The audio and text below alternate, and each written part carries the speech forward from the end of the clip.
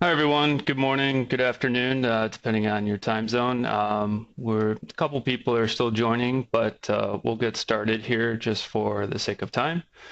Um, this is the last session in our Azure 123 webinar series, the fourth out of four sessions here. We had previous topics in case you weren't able to attend those sessions. They're available on our Azure 123 Rocks website here. That's in our intro slide. We focused on how you can start your journey to Azure for $100 per month. Also looking at backup, DR, and improving site resiliency and disaster recovery. Also looking at cloud app development in session 3. And then today we're going to be focusing on deploying workloads in the cloud, on how you can actually increase security with some of the features of Azure that we'll see during the session. This Azure 123 series is in conjunction with Microsoft. So my name is Chris Clark. I'm with Netrix LLC. I'm a Microsoft cloud evangelist, focusing on really all the Microsoft cloud stack. Been an IT consultant for over 15 years, really focusing on Office 365, enterprise mobility and security, which is also called EMS, and then Microsoft Azure, of course.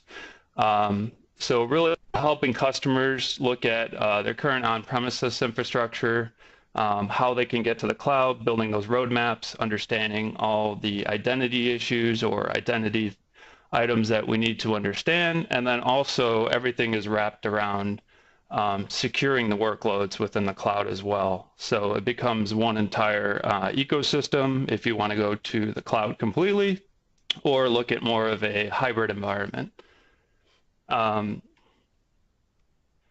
So our agenda for today is we're looking at cloud security in general, right? So cloud security is not actually an oxymoron. So we can actually increase our security posture by some of the things that we're going to see in Azure today. And hopefully it will be eye-opening as compared to some of the legacy kind of methodology or ideologies behind traditional security.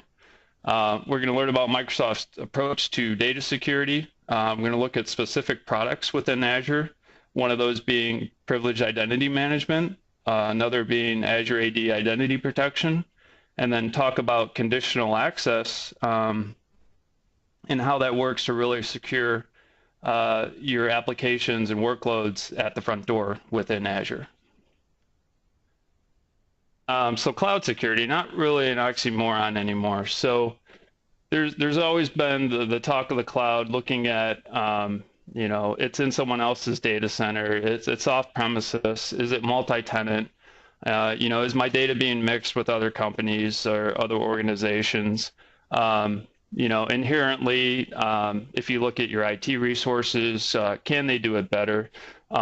So it's traditionally looking at it, you're thinking that, well, why would I go to the cloud? And hopefully after this, we'll be able to see some of the really unique features, how Microsoft addresses security, and really understand what types of benefits you can have moving applications to the cloud, looking at some of the SaaS applications within Azure that are already available, like Office 365 and enterprise mobility and security.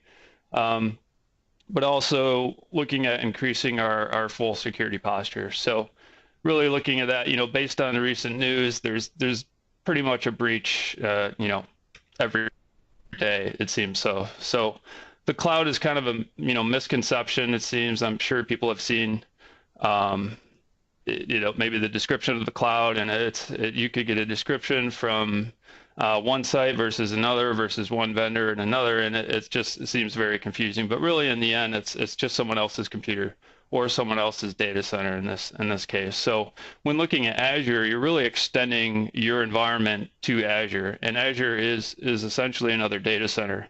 There's a lot of other features that we're going to see, but we're really extending to Azure. So security-wise, a lot of the same items are still relevant. So there's things like access control lists on the perimeter. There's items like patching, being up to date with the actual infrastructure.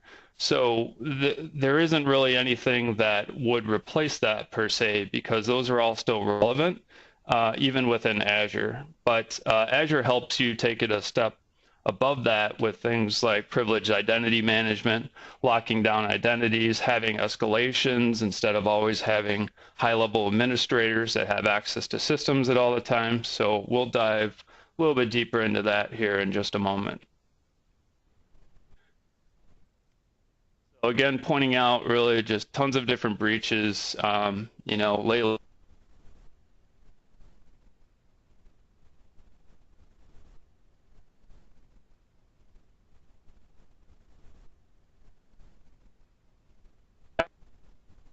To steal information, depending on what type of information it is. Is it personally identifiable information? Is it intellectual property?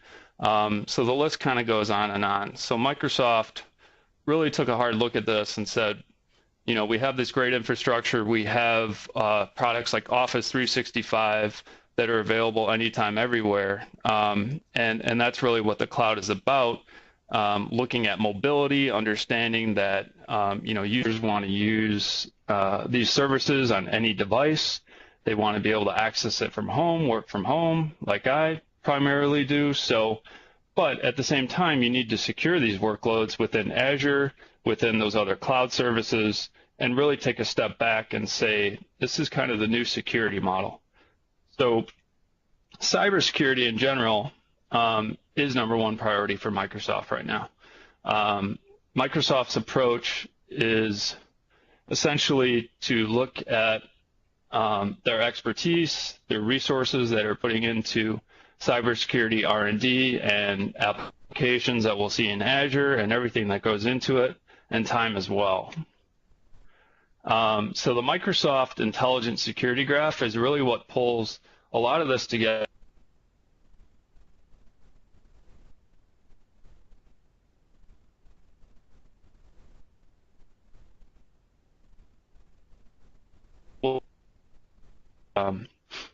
In place. So with the Microsoft Intelligent Security Graph, it's really about information. So if you think about it, Microsoft has these services, including 200 plus global cloud consumer services. So this could be Azure itself. These could be Office 365, Dynamics CRM, really all these different cloud services that are gathering these data points. So Microsoft Security Operations has insight into all the different commercial services they have, but also all the data points that are coming into those. So that is very powerful information, and what we're finding is that items like Windows 10 are designed for the cloud and also to report back as these points of data as well. So by incorporating security directly into the operating system, Microsoft is allowed to get even more points of reference for their intelligent security graph based on the devices that are out there as users are updating to Windows 10 or security updates that are still on Windows 7 or Windows 8. All this information is being compiled and brought into the Microsoft Security Graph. So authentications being another large part of this, over 300 billion monthly authentications throughout these services. So all these data points, the IP addresses that these are coming from, looking for nefarious IP addresses, ranges, or botnets, things like that. Everything is brought into this intelligent security graph, and all the information is then used in various products throughout Microsoft itself, so their corporate IT, but also brought into these Azure products that we'll see that help increase your security posture. So to go along with that, emails analyzed, if we're looking at Office 365 or the Outlook.com consumer service, 200 billion emails are analyzed as part of the security graph, and over 18 billion ping web pages are scanned at the same time.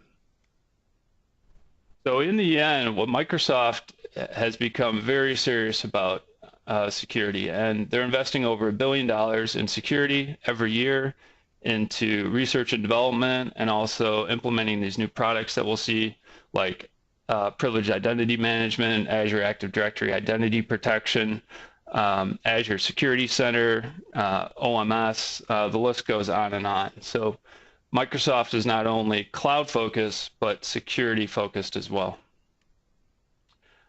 So what we're trying to do is increase our security posture and look at all the various aspects of what that means. So a lot of things have changed, and we talk about endpoints. We were talking about the security graph, and it's getting all the information, all the machine learning, understanding really what's going on between Microsoft's data centers, the types of hits we were talking about with various IP addresses, all the authentications that are going on, any type of threats in email. So all that information is considered endpoints, but also your endpoints as well. So mobility is really key now. So again, kind of in my situation, working from home a lot, I have a laptop and I have access to our Office 365 and Azure resources really from anywhere. So how do you protect with that type of scenario and environment compared to the traditional build a moat around your castle, largest wall, and do not let anything in? So that's kind of the transition we're getting to, but also detection information is key. So looking back at the Microsoft security graph, by having all that information, we can then use it along with machine learning and behavioral monitoring to actually react and respond to these types of new threats. So Microsoft's approach and what's really new that we're going to be talking about today is Azure Active Directory Identity Protection, Azure AD Privileged Identity Management, also some of the mobility pieces. So Outlook for iOS and Android are now actually fully powered by Microsoft Azure, whereas they were running in different services before. And then we're also going to be talking about enhanced per app conditional access. So, and talking about PIM, it's all about, or privileged identity management, just-in-time elevation. So this is just-in-time elevation of privileges within Azure itself. So Azure AD is the back-end identity system for really all the Microsoft cloud services, including Office 365. If you're familiar with Office 365, you have administrator permissions called global admins. And really what you want to do is limit those global admins. So what privileged identity management allows you to do is have escalation for those accounts when it's needed. So a great example is me as a consultant. I need global admin to really any Office 365 environment I need to work in. So what we're looking at is why would you have that access, really all the time for those types of administrators, or just have a just-in-time model with PIM. So it's a great way to really control access. You can even control the length of time with access. You can require multi-factor authentication. So now when I work with clients, I'm enabling multi-factor authentication on my global administrator just because I know how important it is now. So that's really kind of the new security model is identity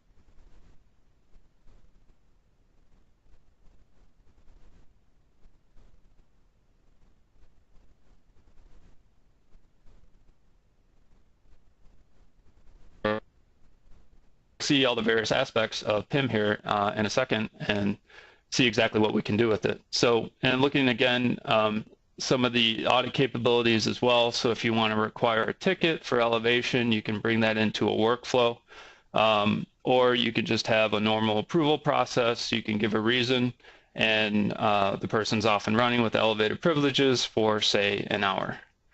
So right now, I'm going to switch to a demo of PIM, or Privileged Identity Management. And I'm in the Azure portal, so portal.azure.com.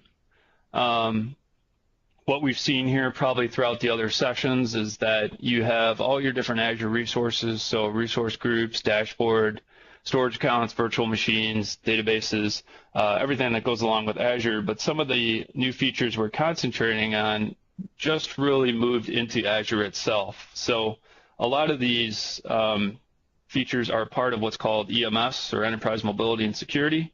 It's a collection of different products, but the ones we're concentrating on, as you can see, there's Azure Active Directory, there's Azure AD Privileged Identity Management, and there's Azure AD Identity Protection. Part of the EMS suite is Microsoft Intune for mobility, and then also Azure Information Protection. These are separate products that are part of that, but we're focusing on the top ones that we saw. So in my example here, in my own tenant, I'm just a normal user. So if I were to look at my Apps portal, which shows the different applications I have access to in Azure Active Directory, which again is part of Azure, the backend identity system that controls identities, I don't have access to any type of admin portal within this. So that's one example of showing that I'm a normal user. But also, if I go into Azure Active Directory here, most of the reporting and really almost everything within the portal should be locked down for the most part for me. So if I look on users and groups, I don't have access because I'm not a global administrator or I'm not a security administrator. So that's really where Azure AD Privileged Identity Management comes in.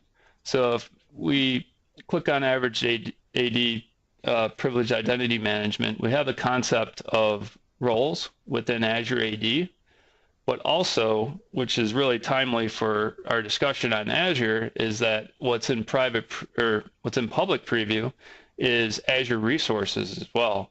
So to explain this a little further is that you have an overall administrator for PIM that can set up the various roles, any type of requirements like MFA, how long the role is valid for, any type of notifications that are needed, and so on. So really setting up the workflow. If there's approvals, you can have an approval workflow, not just providing a reason, but also a workflow that goes to another administrator for approval. So very great system, again, for an example like me as a consultant. So if I want to come in and I need access to Azure AD as a global administrator, all I have to do is request activation. So as you see, eligible role assignments, I have service administrator, I have global administrator, and I want to elevate to a global administrator. So within here, you can see that I'm eligible to elevate because I was predefined by the PIM administrator, and when I activate, I just need to give a reason. So Azure 123 demo. So this is all audited. So there's an audit trail. There's notifications if you want. Other administrators can be notified when you're escalating. You also receive an email notification yourself showing that you're escalated and what the time period is. And as you can see, I have access until 2:20. So we have a 2-hour time period for the most part. So you can adjust that however you want. You can have that for, a day if you're talking about more of the consultant type of scenario where we have to go in and look throughout the day and use various resources within your environment. And at that point, I'm now a global administrator within all of Azure and Azure Active Directory. So focusing on Azure AD, I now have access to really everything within the Azure AD area, but also some of the other items that we're going to see within Azure AD Identity Protection. So going back to PIM, the second part of this is being able to activate roles that are within Azure itself. So if you look down here, I have active role assignments, and I am kind of permanently a reader of a specific resource group that's been assigned to me within Azure.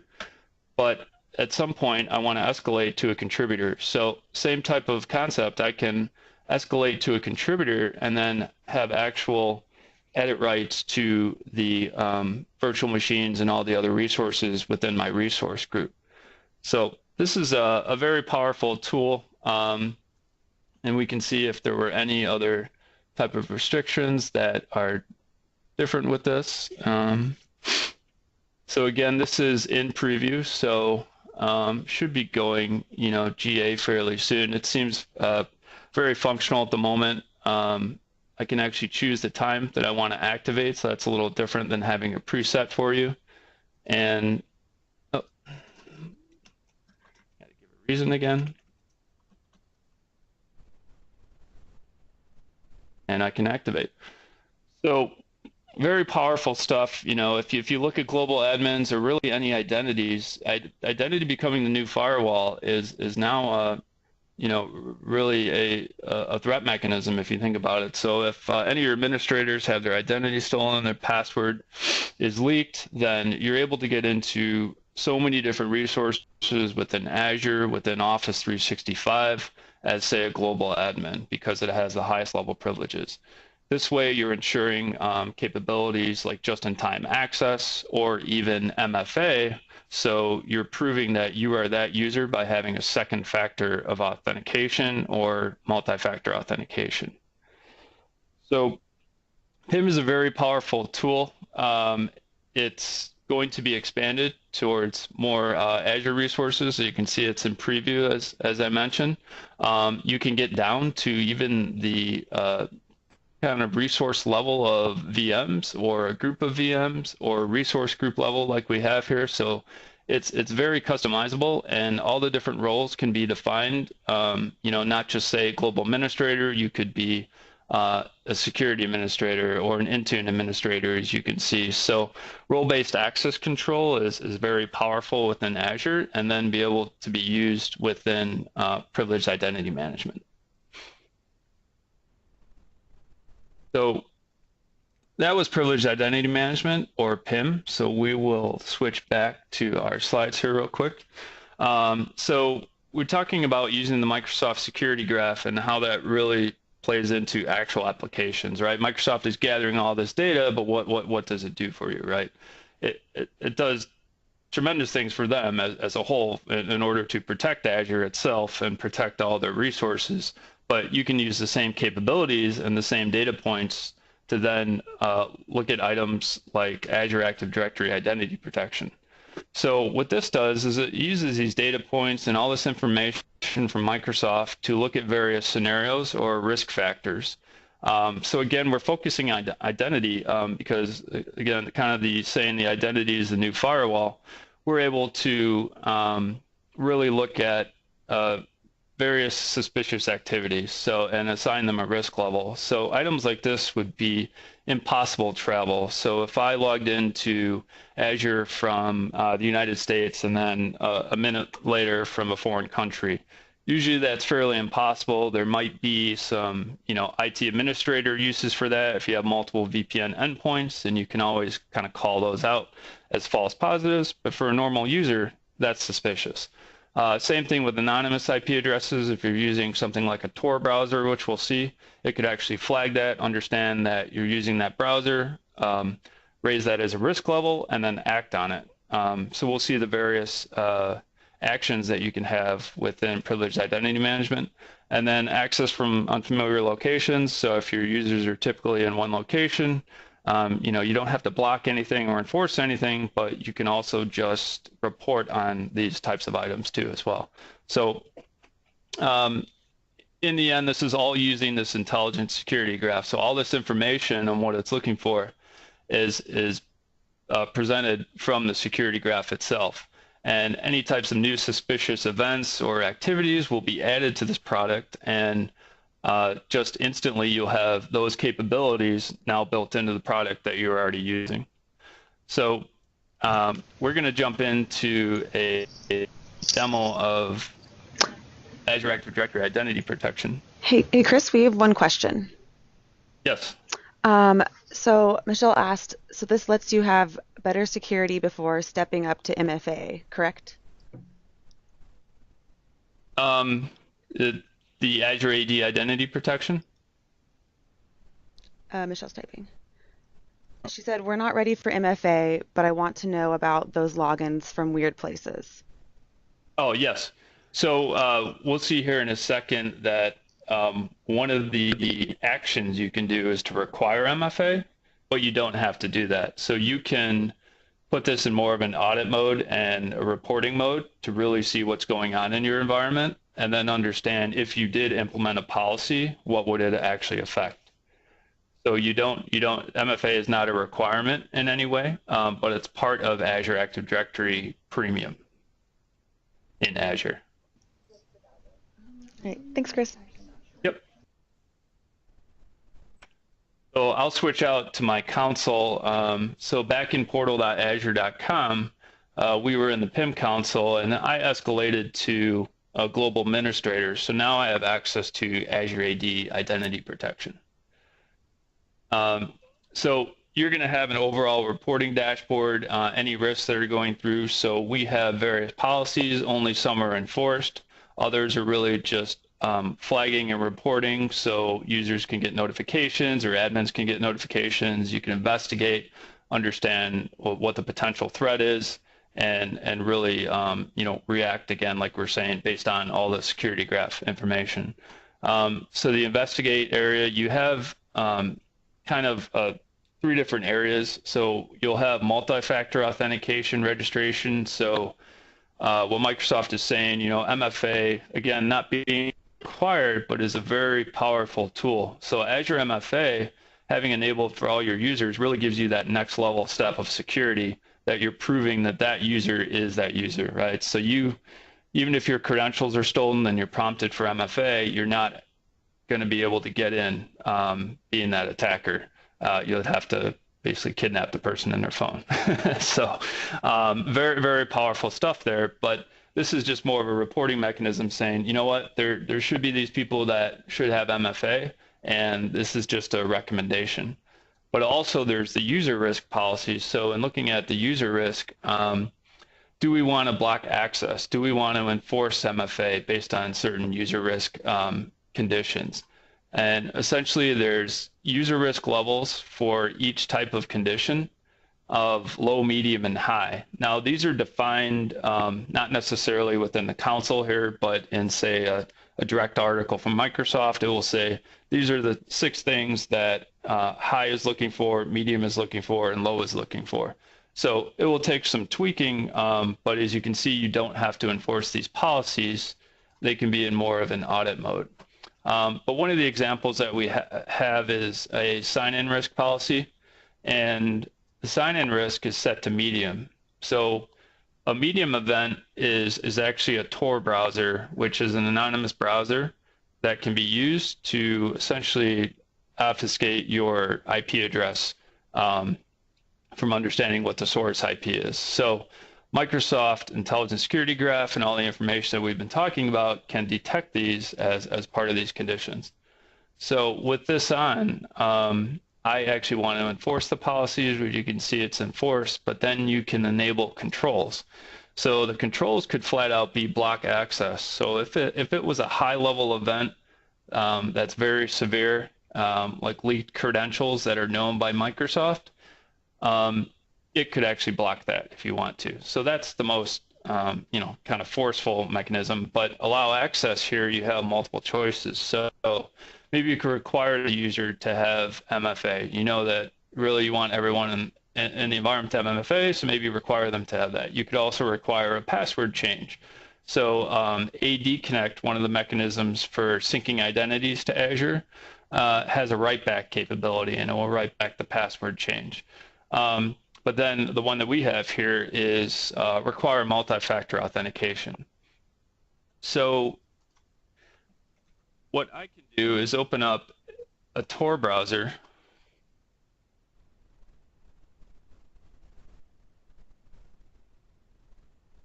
And the browser itself, if you're playing around with it, it's basically trying to hide your IP address. It's bouncing around all sorts of different areas within the internet.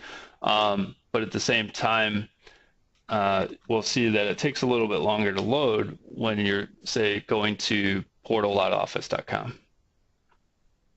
Or this could also be portal.azure.com. So any service that's backended by Azure AD or Azure itself.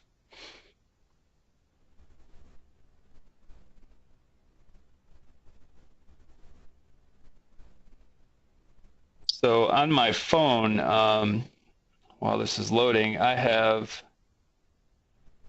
an Authenticator app.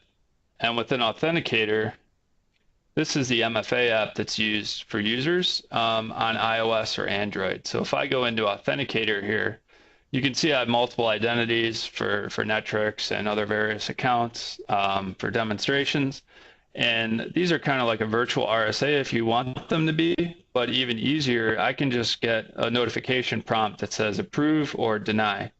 And we'll see that here in a second once we move it off to the side. So I'm going to log in to the Microsoft portal with my credentials.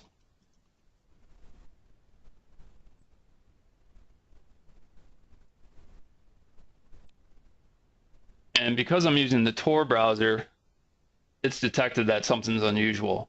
So based on our Azure AD identity protection policy that we have set up, it's detected that this is a Tor browser. It's qualified it as anonymous IP. If I go into next, now I'm being prompted for MFA on my phone because it's enforcing the policy. So with that, all I have to do is hit approve. So if I was on the lock screen, whoops, sorry. If I was on the lock screen, I would have,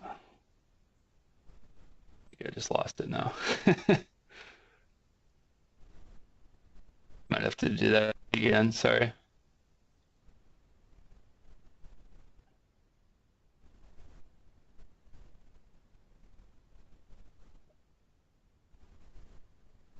Hard to show in a webinar.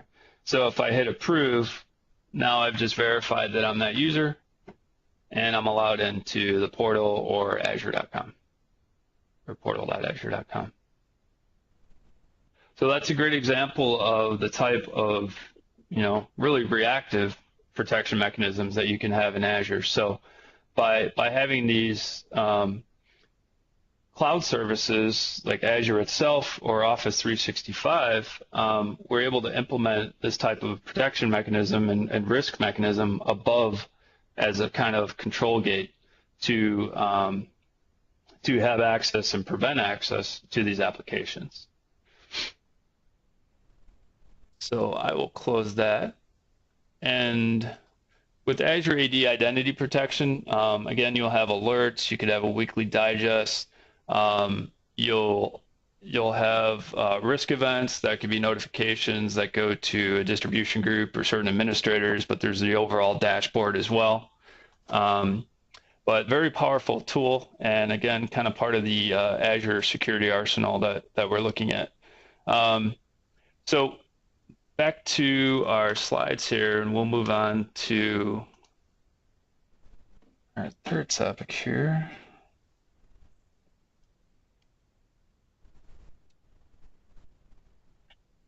So what we want to do is talk about conditional access, and this actually will be related to Azure Active Directory Identity Protection. Also kind of the conversation we had with multi-factor authentication. And we'll see you can have various aspects and controls that can be used within Azure itself to control access to applications that are on premises, are built within Azure itself, are within other cloud resources.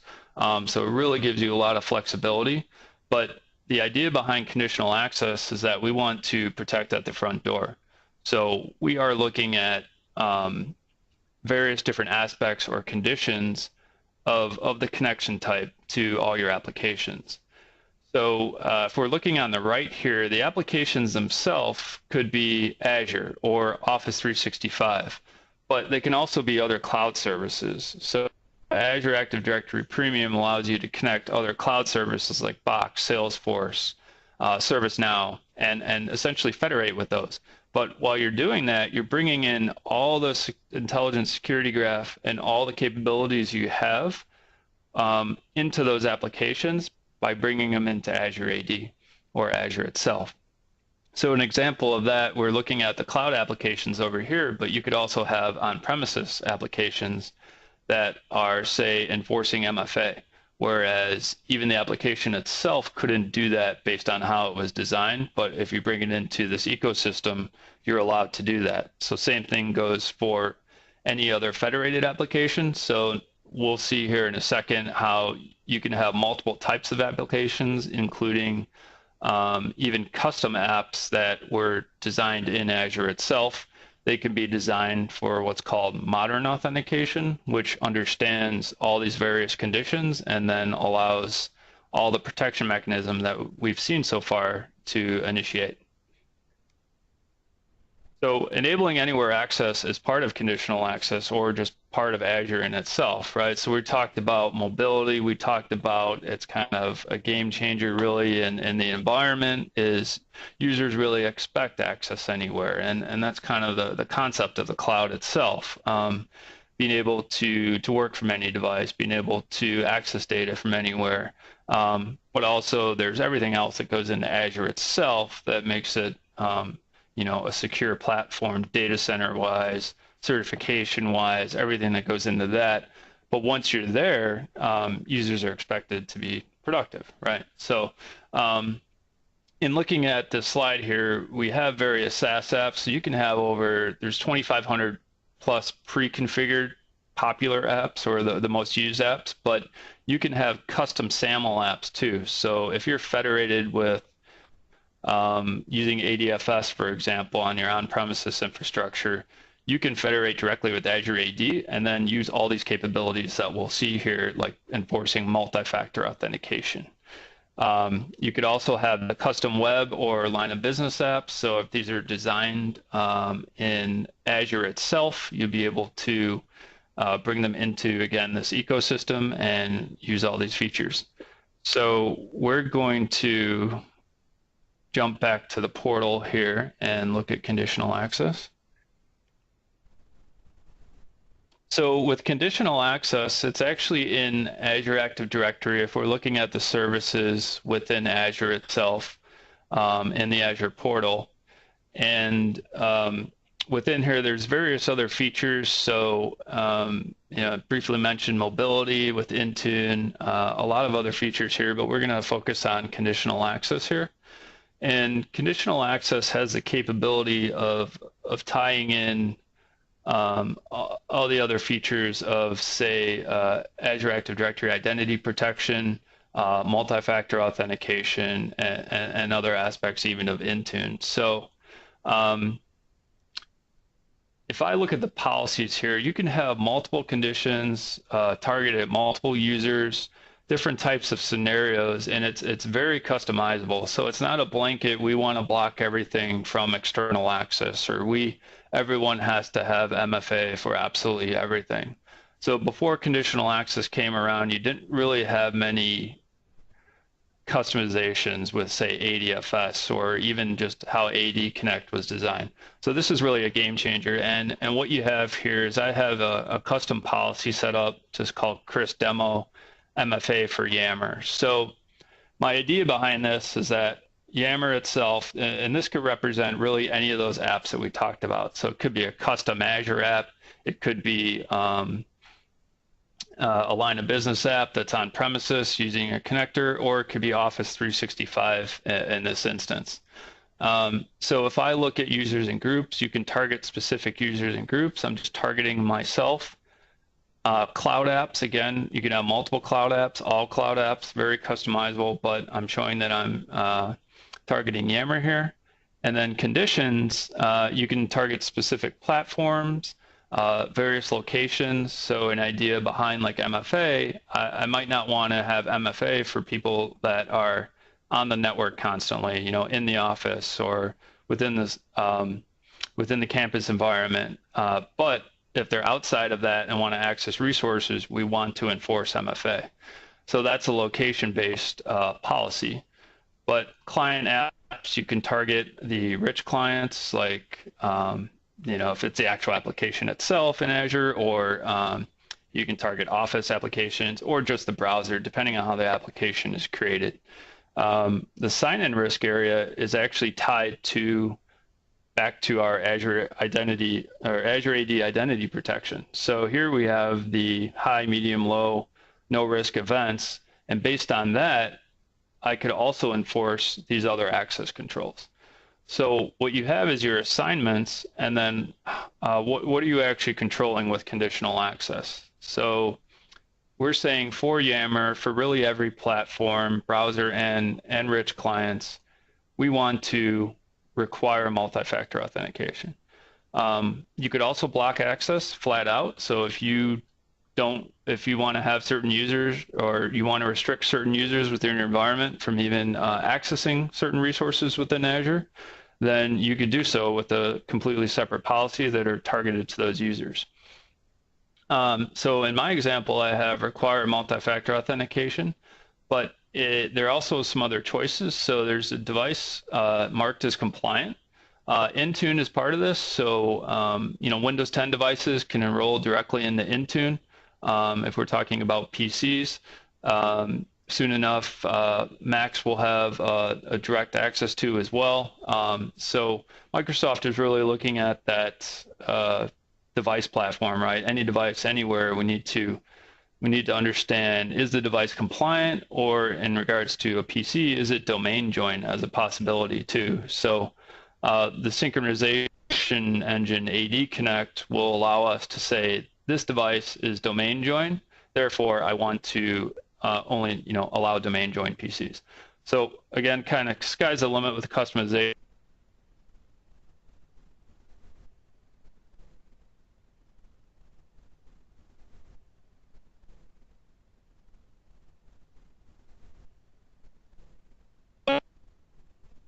I have a separate browser here, so I'm going to go to portal.office.com.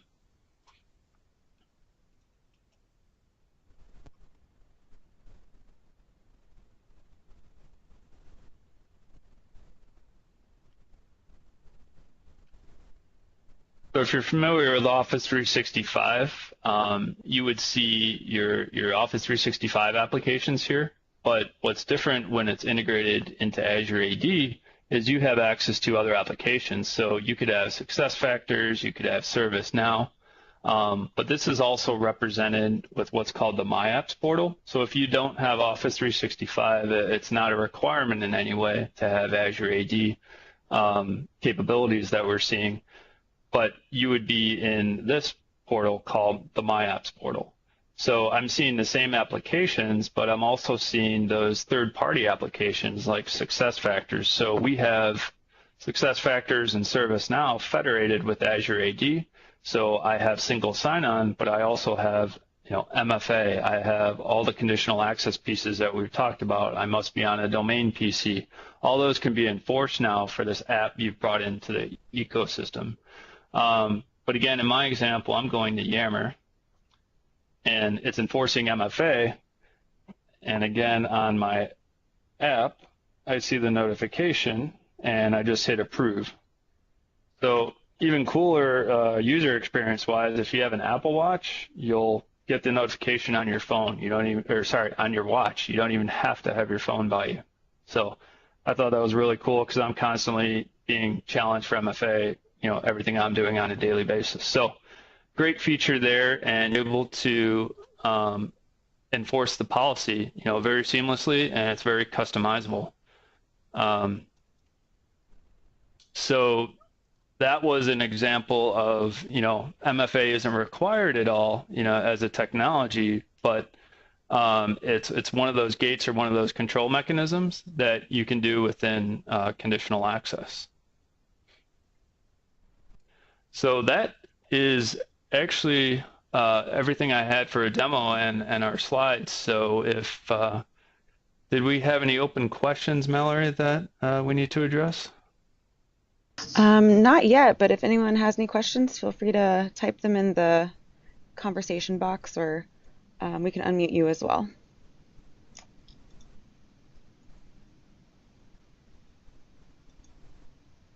All right, I unmuted everyone if someone wants to ask a question.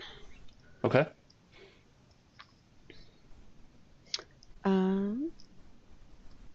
Right.